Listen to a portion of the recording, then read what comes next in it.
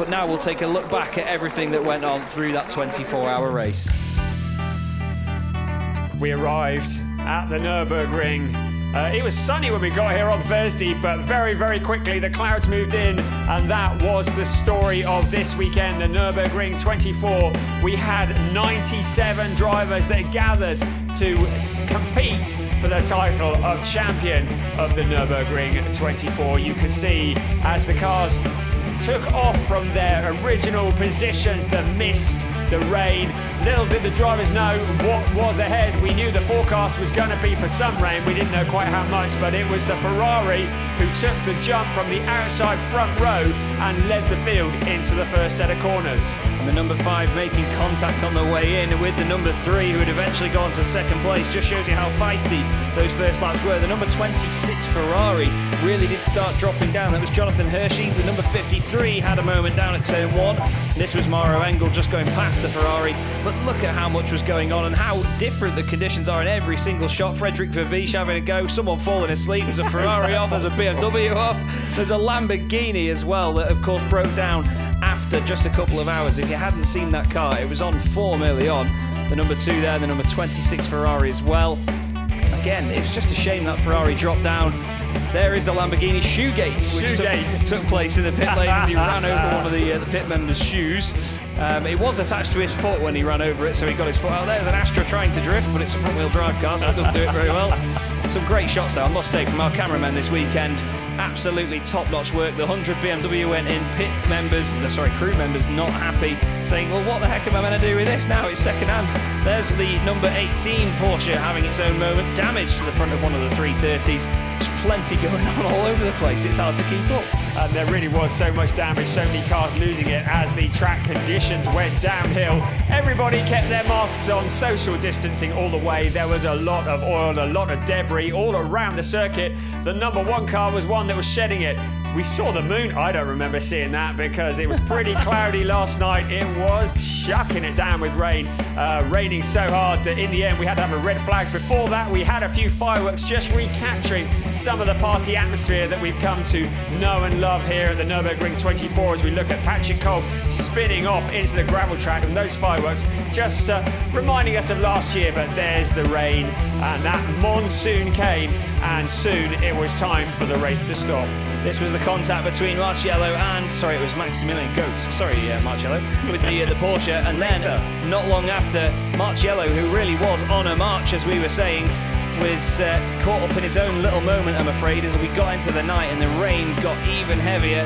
Pit members there still trying to get some sleep through the night. The full wets were out, and the number 9 carried on leading the way into the dark after the number 4 had its own little accident and took itself out of the race. And we just saw, didn't we, Brian, how easy it was to lose it. But this was Marciello just hitting the wall slightly with the rear end, spinning the car around, doing a complete 360. But then, not long after, here is the incident that almost ended their race. It ended their night, and then they had another one a bit later on, which you'll see in a moment. But that really was the turning point, because look at the conditions. It was unbearable for these drivers, wasn't it? And Christopher Haase, who finished second in the race today, very nearly had a moment that took him out of the race shortly after. Raffaele Marciello, you saw him spinning. Somehow he kept it out of the barriers, and he went on to finish for the team in P2. The rain came down, the doors were full of water. First the safety car came out, then it was red, and the drivers had an overnight session to repair. This morning, the marshals were back out bright and early. We're all a bit bleary-eyed. We've all only had a couple of hours sleep, but we were ready for another day of racing here on this Sunday at the Nürburgring. You can see how nervous people were. And looking on from Niki Schell, this was some action where Niki Schell made contact with one of the Porsches, if I remember rightly, and the Porsche going off into the barrier. Yeah, it broke the front left suspension in one of the KCMG cars, and that was the end of their day.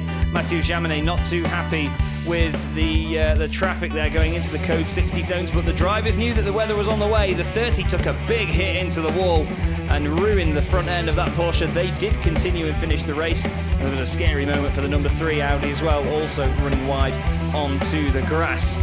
But there was so much going on all the way up and down the order. Peter Dumbrek here just catching the spin of the number 62 Porsche right in front of him. Good avoidance there to get on the brakes. But these drivers, all throughout this, Brian, they had to be right on their toes, and you can see with the conditions, such twitchy rear ends on these cars, and I'm sure from the drivers as well.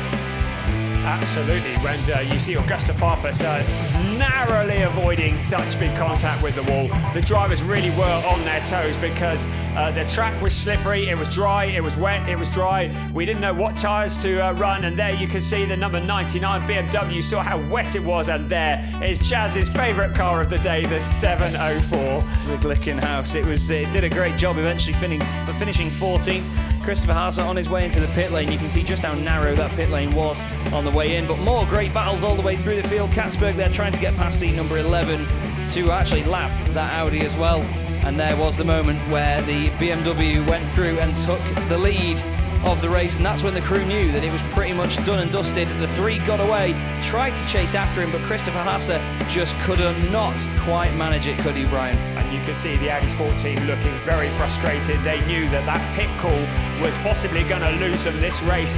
They had it, what seemed to be in the bag and sewn up, but that extra lap that Christopher Haase had to do on the wrong tyres meant that this man, it was Nicky Katzberg who crossed the line for Rowe Racing to take the win of the 24 Hours of Nürburgring, and the celebration started, and the marshals, who had been soaked and cold and wet and tired all night at the side of the track waving flags, having done such a magnificent job.